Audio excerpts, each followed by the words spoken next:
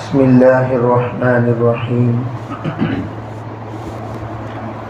الحمد للہ رب العالمین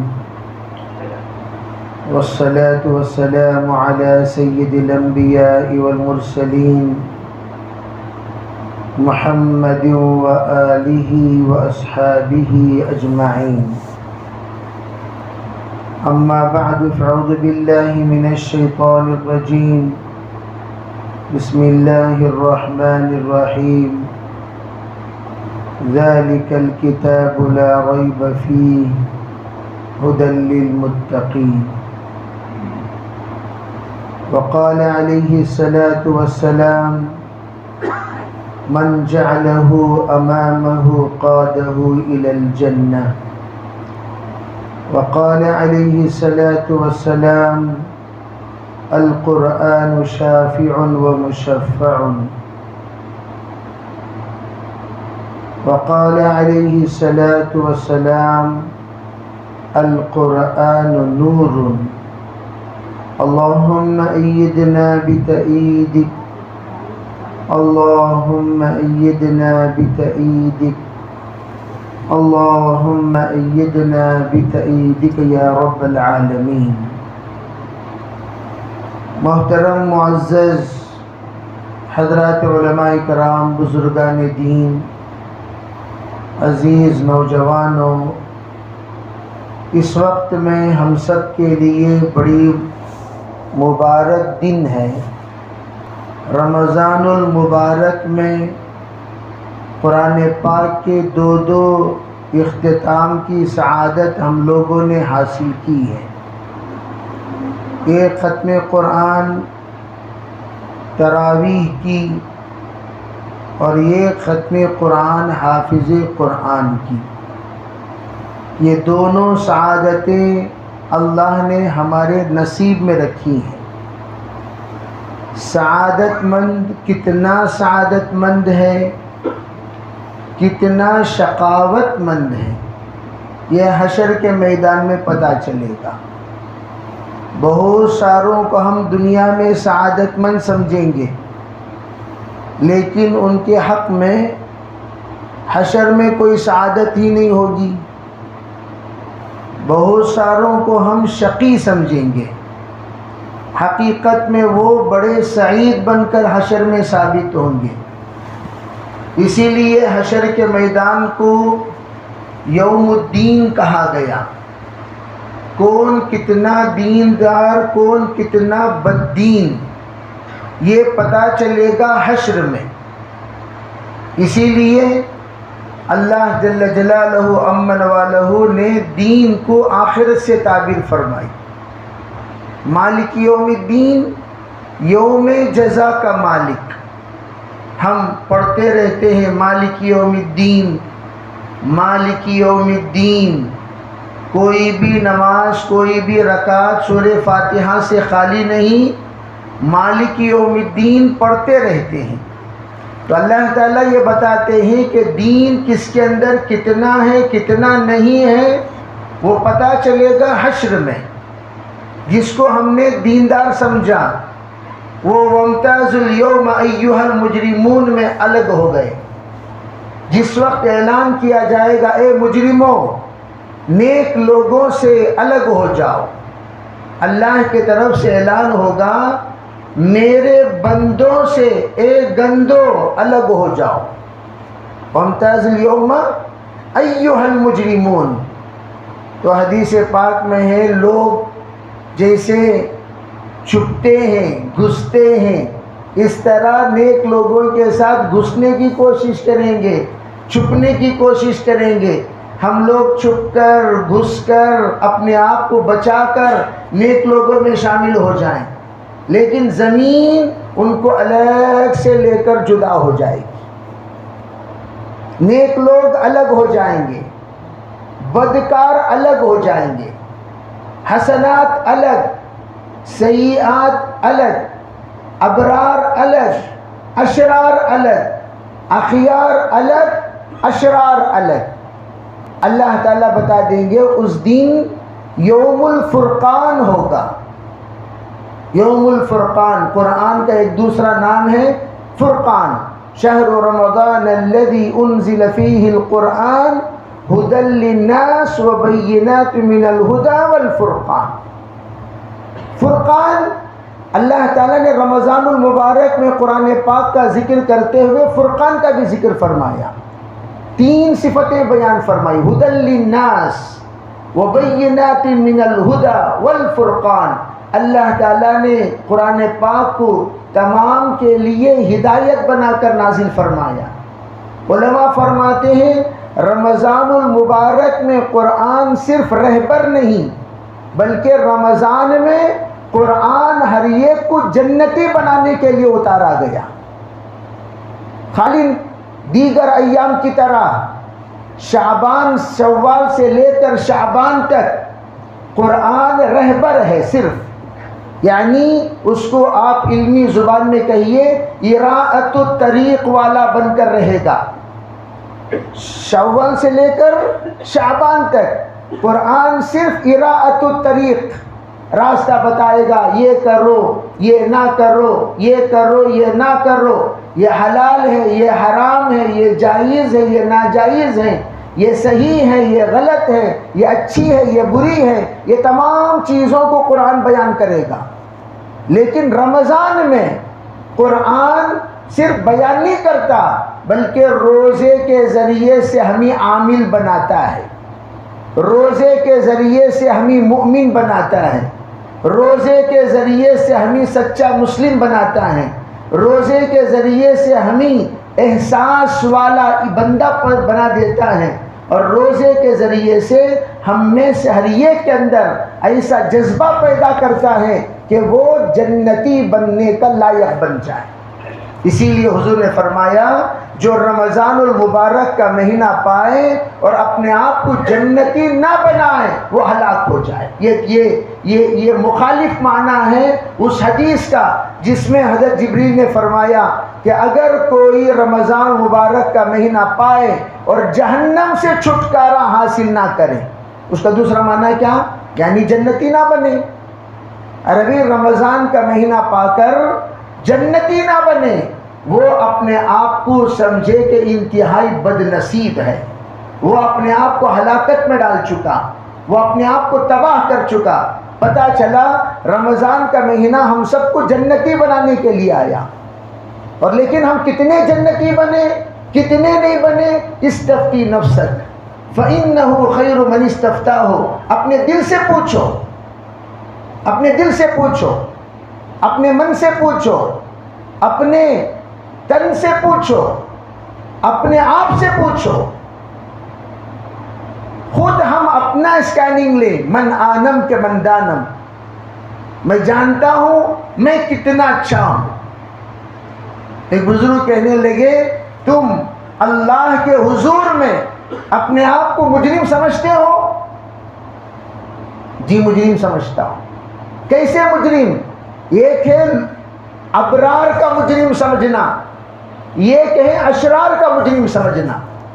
نیک لوگ اپنے آپ کو ہمیشہ اللہ کے دربار میں مجرم سمجھتے ہیں. حسنات الابرار سیئات المقربین. وہ نیکیوں پر نیکی کریں گے پھر بھی احب الصالحین ولست منہم لعل اللہ یرزقنی صلاحا. یہ حضرت صدیق اکبر کی بات تھی. میں نیک بننا چاہتا ہوں، نیک لوگوں کو چاہتا ہوں، لیکن خود نیک نہیں ہوں. جس کا رواں رواں جنتی، آٹو دروازہ جس کا استقبال کرے، جو یار غار ہو حضور کا، ابو بکر صاحبی فی الحجرہ، صاحبی فی الغار، صاحبی فی القبر، صاحبی فی الحشر، صاحبی فی الجنہ. ایسا یار غار جس کو فرمایا اللہ کے رسول نے لو کنت متخذا خلیلا لاتخذت ابا بکر خلیلا. جس کو میں کسی کو میں دوست بناتا ابو بکر کو بناتا.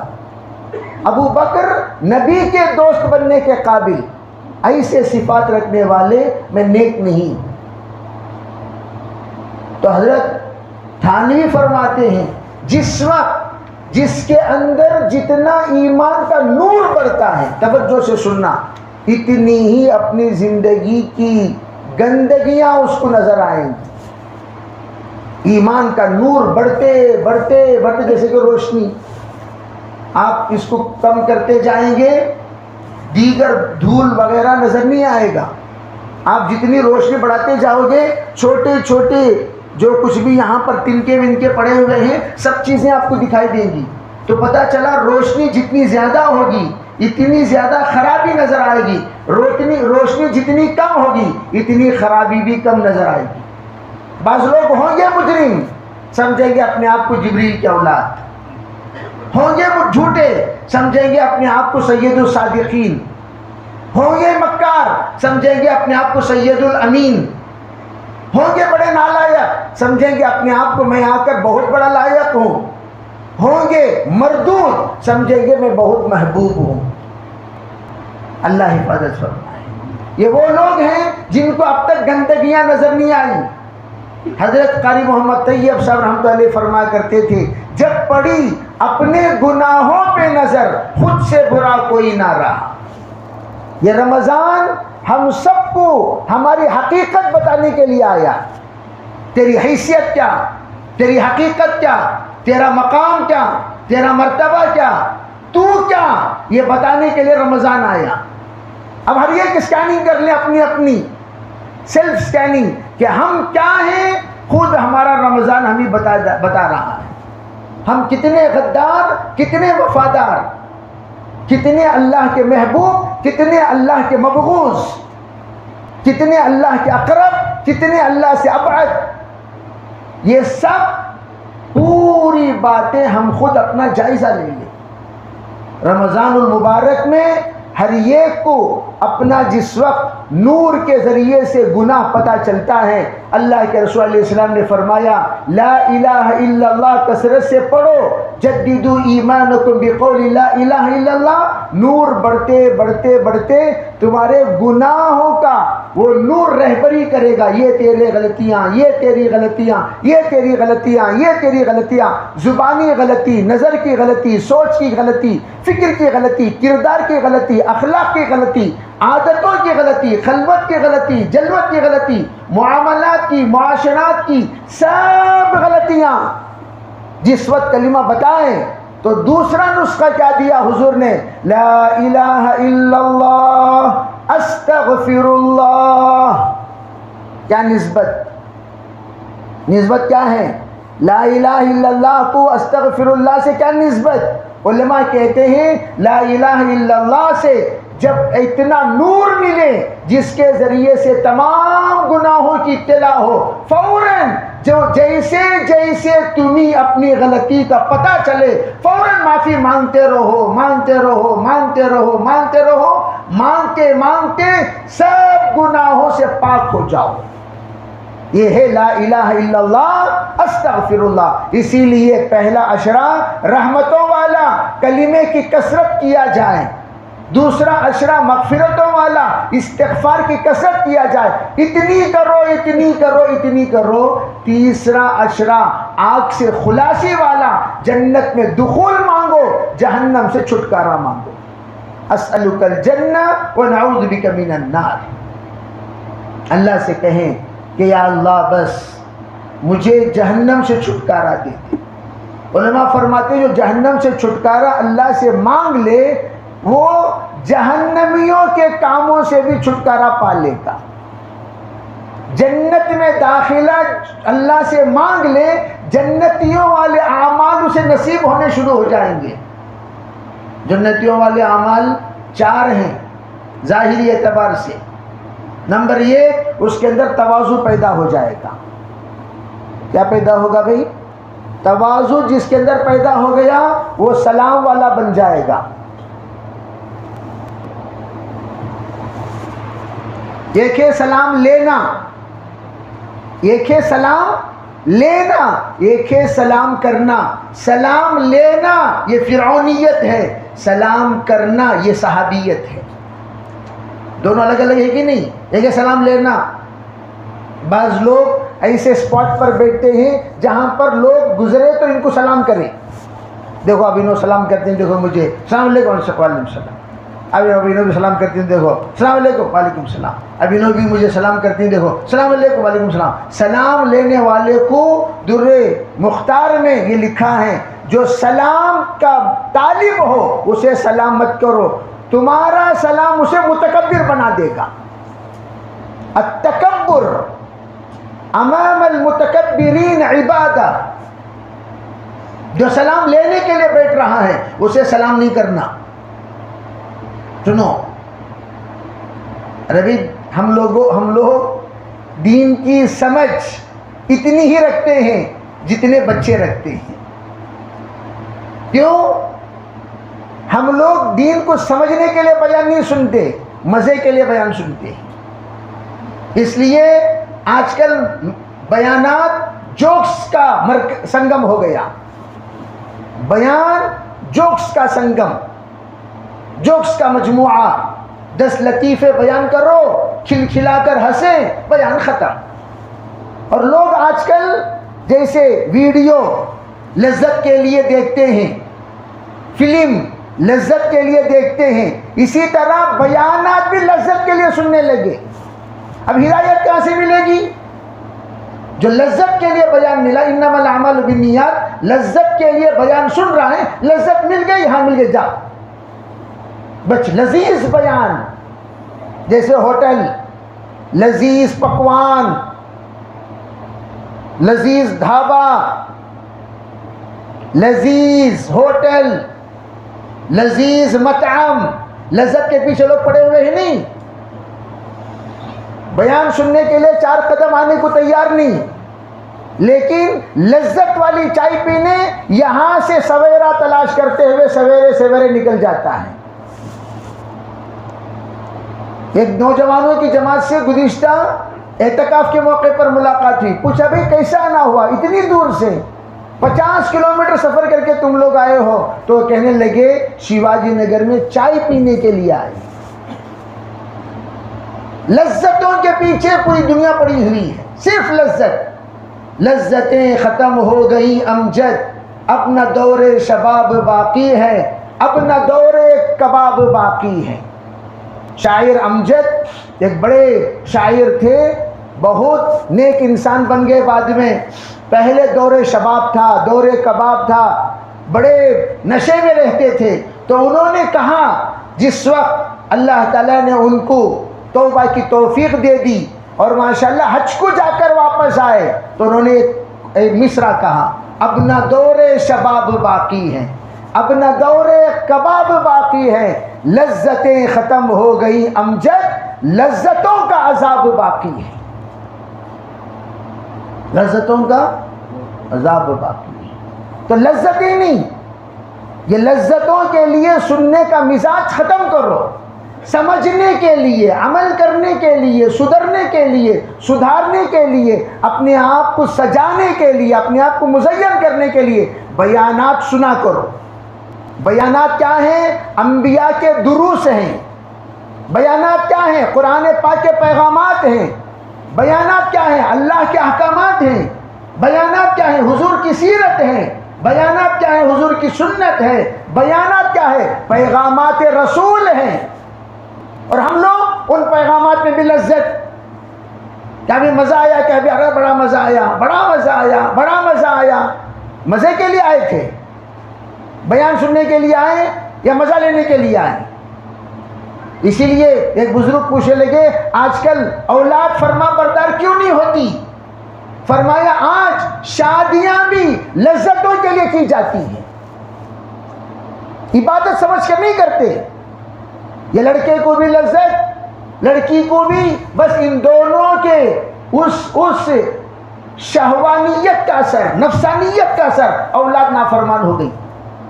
اور پہلے زمانے میں شادیوں میں اطاعت ہوتی تھی، ابا کہاں بولیں گے وہاں میں شادی کروں گا، امی کہاں بولیں گے وہاں میں شادی کروں گا، گویا شادیوں میں اطاعت۔ ارے بھائی شادیوں میں کیا ہوتی تھی؟ اطاعت۔ آج کل اطاعت نہیں، شادیوں میں لذت، میں کہاں بولتا ہوں وہاں شادی کراؤ، دونوں میں فرق ہے کہ نہیں؟ والدین جہاں بولے وہاں شادی کرنا عبادت ہے، تم جہاں بولے وہاں شادی کرانا شہوت ہے، لذت ہے۔ تو لذتوں کا نتیجہ خوب کھلے ہو رہے ہیں. خلاؤں کا انجام کیوں؟ وہ اس لیے کہ تم نے لذتوں کے لیے شادی کیا. لذت اس کی بھی ختم ہو گئی, لذت اس کی بھی ختم ہو گئی, لذتیں ختم ہو گئی امجد, لذتوں کا عذاب باقی ہے. اب دونوں کی لذتیں جب ختم ہو گئی, خلا پر آ کر نتیجہ پہنچ جاتا ہے. اور پہلے زمانے کی شادیاں موت تک, میں تو ہمیشہ کیا کرتا ہوں, میں ایسے جوڑوں کو بھی دیکھا ہے کہ جن کے کمر پر ان کی بیویاں آتی تھیں. شوہر ہوتے تھے لمبے لمبے, بڑے ہینڈسم, بڑے خوبصورت, لیکن ان کی بیوی کمر پر اتنی سی. ماں نے کہہ دیا بیٹا اس سے نکاح کر, باپ نے کہہ دیا بیٹی اس سے نکاح کر, بس مان لیے زندگی بھر. ان کے گھروں میں بڑے بڑے ہی الماریاں ہوتی تھی, بیرو جو ہوتے تھے وہ بڑے بڑے, لیکن بیگم جب چھوٹی مل گئی ان کے لیے چھوٹی چھوٹی الماریاں خریدی گئی. بیگمات کو چھوٹی اور اپنے لیے بڑی, زندگی میں کوئی اختلاف نہیں. اللہ نے ان کے زندگی کے ان خوشیوں کو مثالی خوشی بنائی.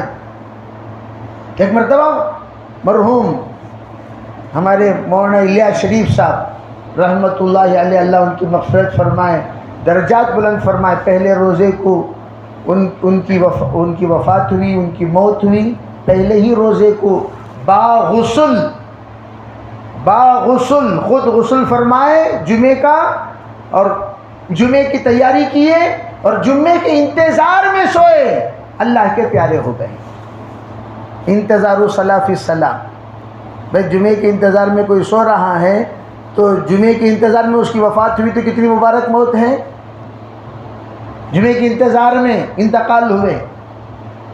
وہ ایک مرتبہ کہنے لگے, ان کا انتقال ہو گیا اس لیے واقعہ بول رہا ہوں, کہ میں ابراہیم دیولہ صاحب کے پاس گیا اور اپنے اس دیواجی زندگی کے بارے میں کچھ مشورہ کیا, اور میں نے کہا کچھ میری پسند تھی, وہی جیسی پسند تھی ویسی مجھے نہیں ملی. یہ ایک ان کو بڑا افسوس تھا. وہ گئے مشورہ کیا تو حضرت مولانا ابراہیم دیولہ صاحب دامت برکاتہم عرض کرنے لگے, مولانا صاحب جیسے آپ کو کچھ تصورات میں کچھ چیزیں تھیں ویسی آپ کو نہیں ملی, ہو سکتا ہے آپ کی بیوی کو بھی اس کے تصورات میں کچھ چیزیں تھیں, کچھ تصویریں تھیں, کچھ شکل تھی, ویسے آپ بھی نہ ہو. یہ بھی تو ہو سکتا ہے. خالی ہمیں سنگل سوچتی, مجھے انہیں پسند نہیں, ہو سکتا اسے تجھے تو بھی پسند نہ ہو. آپ ان کو دیکھ کر صبر کیجئے, وہ آپ کو دیکھ کر صبر کریں گی. دونوں صابرین کو اللہ جنت نصیب کرے گا.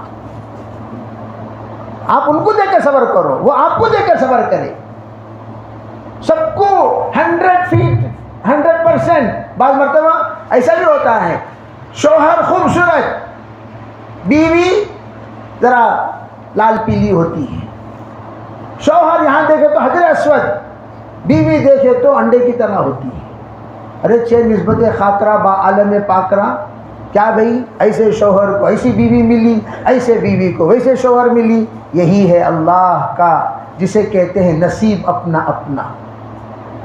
النصیب یصیب لو کان بین الجبلین, النصیب لا یصیب ولو کان بین شفتین.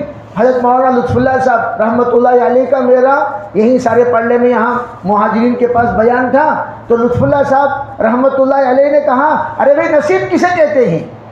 مال کو, دولت کو نہیں. نصیب کہتے ہیں جو تمہارے حق میں اللہ نے دیا اس پر خوش ہو جاؤ, تم خوش نصیب. جو اللہ نے دیا اس پر روتے رہو, تم بد نصیب. خوش نصیب جتنا مل گیا اس پر خوش نصیب, جتنا ملا اس پر نہ خوش تو بد نصیب. تو ہم سب اللہ کے اس فیصلے پر راضی رہیں گے, یہی ہماری سب سے بڑی عبادت ہے. لوگ سمجھتے ہیں سر جھکانا عبادت, میں تو یہ کہتا ہوں نماز سراپا بندگی کو سکھانے والی عبادت. آپ کو سجدے تک، قیام سے لے کر سجدے تک نماز میں لا کر اللہ یہ بتانا چاہتا ہے خالی کھڑے ہو کر تابعداری کا اظہار کرنا کافی نہیں. بس تابعداری تجھے دکھے یا نہ دکھے، تب آدھا دکھ رہا ہے آدھا نہیں دکھ رہا ہے تب بھی تو مان. رکوع کے ذریعے سے یہ بات سمجھی جاتی ہے. اور پھر اگر تجھے ٹوٹل کوئی بھی چیز نہ دکھے تب بھی تو تابعدار ہو جا، اللہ کے حکموں کا وفادار ہو جا. یہ سجدہ ہے. سجدے میں پیچھے کیا ہو رہا ہے، دائیں کیا ہو رہا ہے، بائیں کیا ہو رہا ہے، ہمارے اوپر کیا ہو رہا ہے، کچھ نہیں پتا. اللہ کے تابع بندہ ہو کر یہ بتا رہا ہے آپ کے ہر فیصلے پر میں راضی ہوں، میں راضی ہوں، میں راضی ہوں. اسی لیے رکوع ایک سجدے دو. رکوع ایک، ارے بولو سجدے کتنے؟ دو. تابعدار ہو جا، راضی رہے تب بھی ہو جا، اگر تیرے من میں نہ آئے تب بھی ہو جا. ہر خیر اللہ کے طرف سے، ہر شر اللہ کے طرف سے. والقدر خیرہ وشرہ من اللہ تعالی. یہ ہیں دو سجدے. یا اللہ حیات میں بھی میں تجھ سے راضی، موت میں بھی میں تجھ سے راضی، فقر میں بھی میں تجھ سے راضی، تونگری میں بھی میں تجھ سے راضی، خیر میں بھی میں تجھ سے راضی، شر میں بھی میں تجھ سے راضی، اپنوں میں بھی میں تجھ سے راضی، پرائیوں میں میں تجھ سے راضی. جس حال میں تو رکھا ہے اس میں راضی. یہ ہے دو سجدوں کا سبق. اور ہم لوگ میرے عزیز بھائیوں صرف تقدیر پر راضی ہو گئے. یہی ہمارا ایمان ہے اور اسی پر وفات پانے کو وَلَا تَمُوتُنَّ إِلَّا وَأَنْتُمْ مُسْلِمُونَ کہا گیا. یعنی جب مرو اللہ کے ہر حال میں راضی ہو کر مرو. یہ ہے وَلَا تَمُوتُنَّ إِلَّا وَأَنْتُمْ مسلمون. لوگ اس کا ترجمہ ادھورا کرتے ہیں. مسلمون کے معنی کیا؟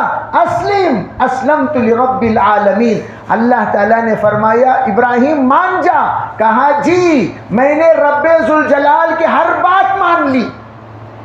اللہ تعالیٰ نے کہا تو کمائے گا وہ لے کر بھاگے گا، تجھے راضی ہے؟ راضی ہوں. تو کمائے گا وہ تجھے ڈبائے گا، تو راضی ہے؟ جی راضی ہوں. تو کمائے گا مزہ وہ لوٹے گا، تجھے راضی ہے؟ ہاں راضی ہوں. اللہ نے بتا دیا لیکن میں تجھے نقصان میں یہاں تو رکھ دیا، آخرت میں تو نقصان میں نہیں رہے گا. جتنا لوگوں نے تمہیں ڈبایا اتنا روزانہ صدقہ کرنے کا ثواب تجھے دیتا ہوں. حشر کے میدان میں جب اپنے نقصانات کا اجر دیکھے گا بندہ، کہے گا کاش میں دنیا میں لوگ مجھے ڈباتے رہتے، میں ڈوبتا رہتا، اور آج اتنی کیا اس سے زیادہ نعمتوں کا میں حقدار بنتا. جیسے جو دعائیں قبول نہیں ہوئی ان دعاؤں کا بدلہ اللہ جو حشر کے میدان میں دے گا، اتنا دے گا، اتنا دے گا، اتنا دے گا.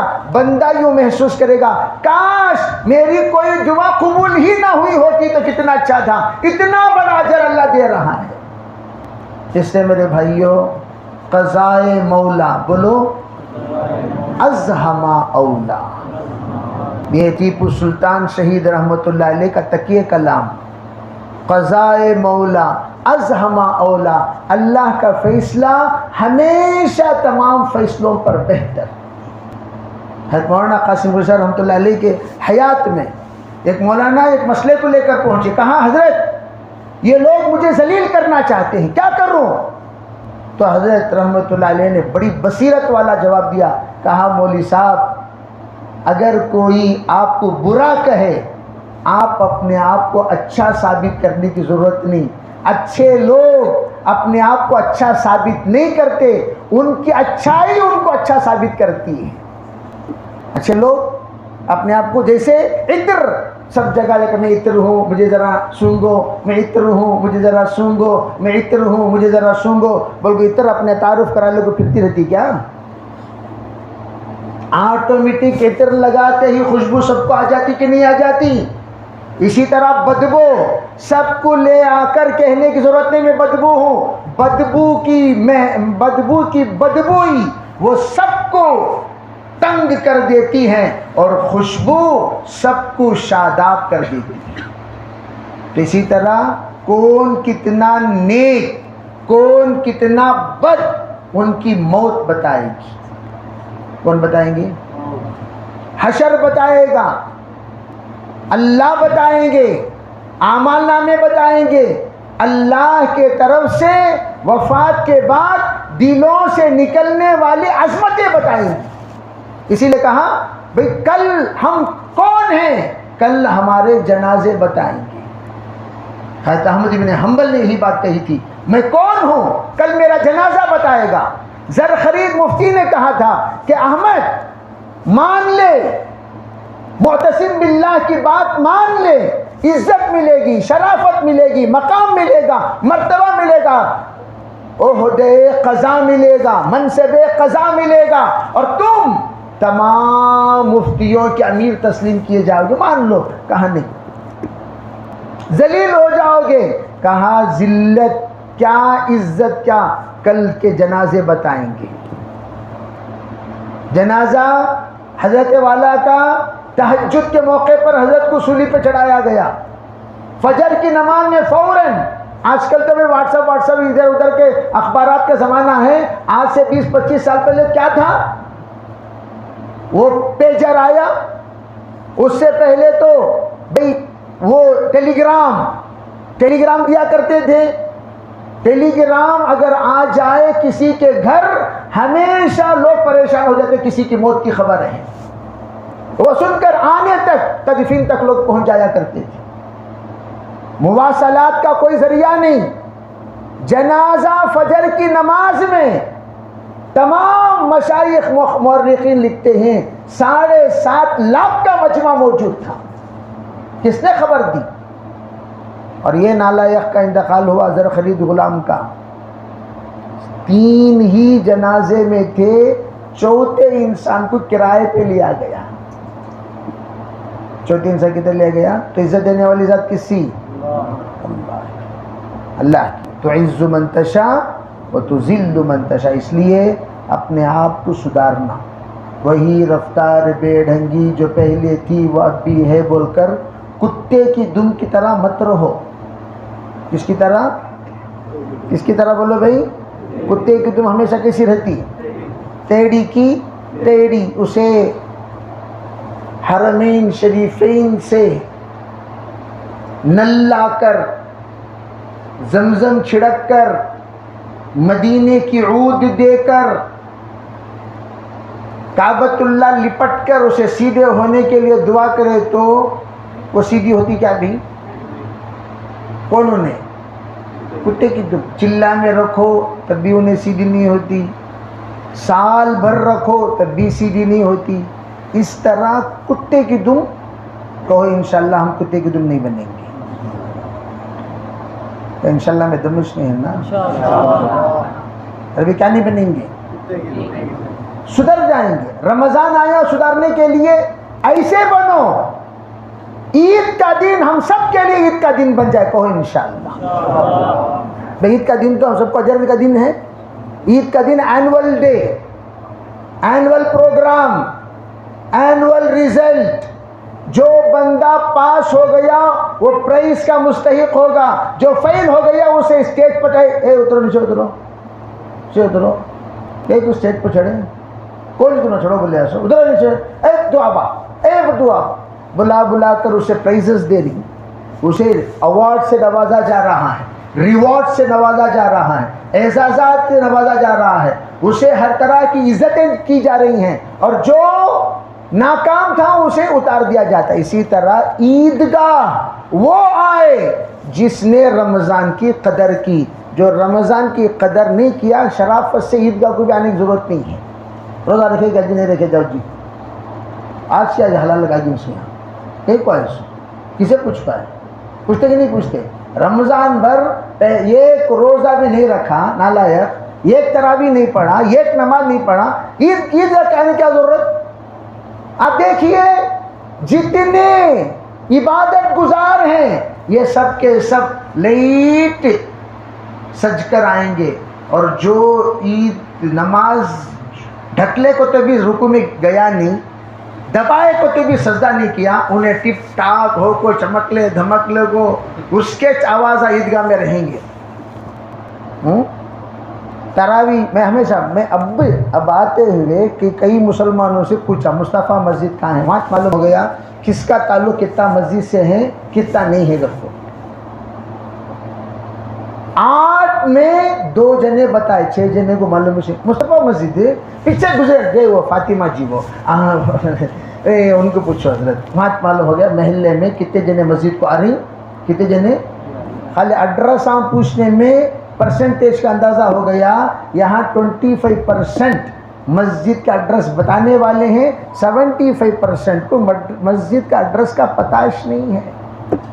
تو انشاءاللہ دعوت و تبلیغ ایک محنت ہے، وہ تو سب جانتے ہوں گے، وہ محنت ایڈریساں بتانے کی محنت، سب کو یہ نیت کرو انشاءاللہ عید سے پہلے پورے محلے والوں کو لگا کو مسجد بتا دیں گے، کرو گے بھائی؟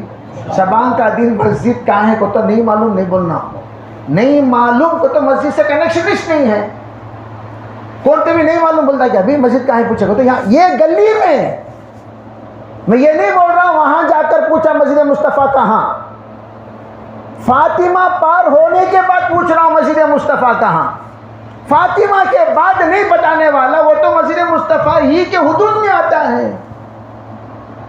تو اس لیے ان پر محنت، یہ دعوت کا کام، اپنی ذات پر محنت، یہ دین کا کام، یہ کہ دین اور یہ کہ دعوت، دین اور یہ کہ دعوت، دین کو اپنی ذات پر لاؤ، دعوت کو آگے تک پہنچاؤ۔ اسی لیے صحابہ دعوت جو دیتے تھے وہ دین کی دیتے تھے، تو وہ کیسے بولتے تھے؟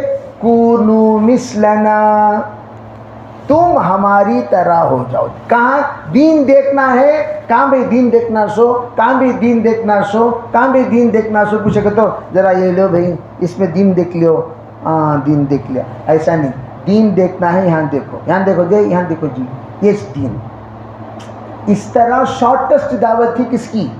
صحابہ کہ اللہ تعالی ہم میں سریے کو ویسے دیندار بنائے، اور اللہ ہر طرح کے خیر ہمیں نصیب فرمائے، شرور سے اللہ حفاظت فرمائے، رمضان مبارک کے قدردان بنائے، رمضان کے ناقدرے بننے صفات فرمائے، اللہ ہمیں مرتے دم تک دین پر اور دین کی محنت پر استقامت نصیب فرمائے۔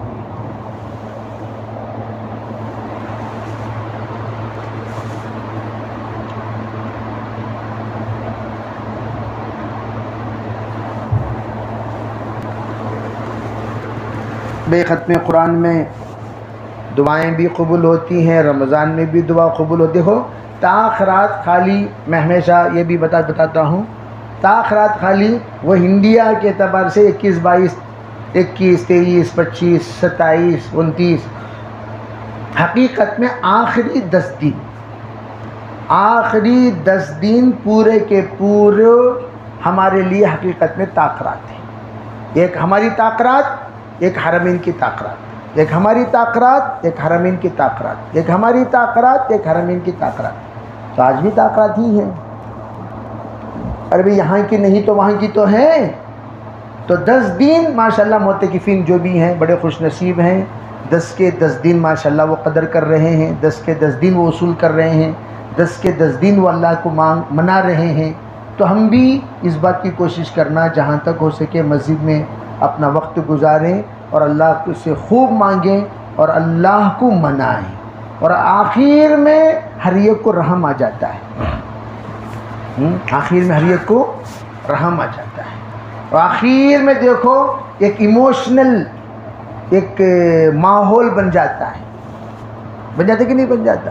آخری میں جب جاری کر بولتے ہی فوراً ایک عجیب سی ہمدردی، تعلق، محبت، جی فیلنگز ہوتے کہ نہیں ہوتے؟ ویسے اب رمضان ہم سے جدا ہو رہا ہے، تو رمضان سے بھی ہم معافی مانگیں، ایام سے بھی ہم معافی مانگیں، روزوں سے بھی ہم معافی مانگیں، اور جتنی ہماری گستاخیاں ہو گئی ہیں، نادانیاں ہو گئی ہیں، ناقدریاں ہو گئی ہیں، ان سب سے ہم معافی مانگیں۔ اور اللہ سے ہم معافی مانگے، یا اللہ ناقدری کی وجہ سے مجھے آئندہ کے رمضان سے محروم نہ فرما۔ مانگیں گے بھی انشاءاللہ، تو اللہ تعالیٰ ہمیں عمل کی توفیق عطا فرمائے۔ ہاں جی، کل انشاءاللہ یہاں ختم قرآن ہے، یہی میں تمام جگہوں پر بھی بتاتے ہوئے آیا۔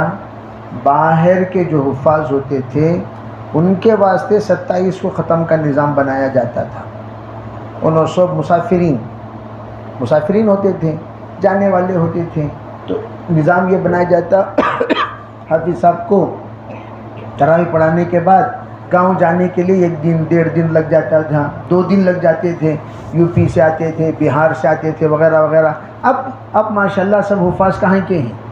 لوکل کے ہیں۔ تو ورنہ کل بھی میں 27 کو بیان کو گیا تو وہاں بھی بولے 29 کو ماشاءاللہ ختم ہے، 2 جگہ بھی بتائے کہ 29 کو ختم ہے، بڑی خوشی ہوئی ماشاءاللہ۔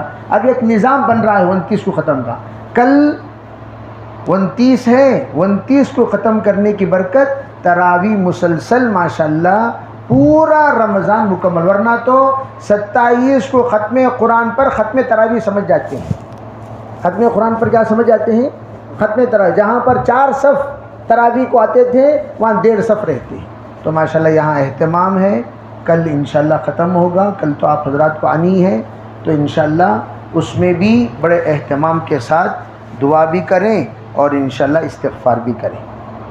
اور جس وقت آپ حضرات جائیں گے، جاتے وقت ہمارے مدرسے کے لیے بھی ذرا تعاون کرتے ہوئے جائیں۔ ہگڑے نگر میں ہمارا مدرسہ ہے، کہاں ہے؟ ہگڑے نگر میں ہمارا مدرسہ ہے، مختصر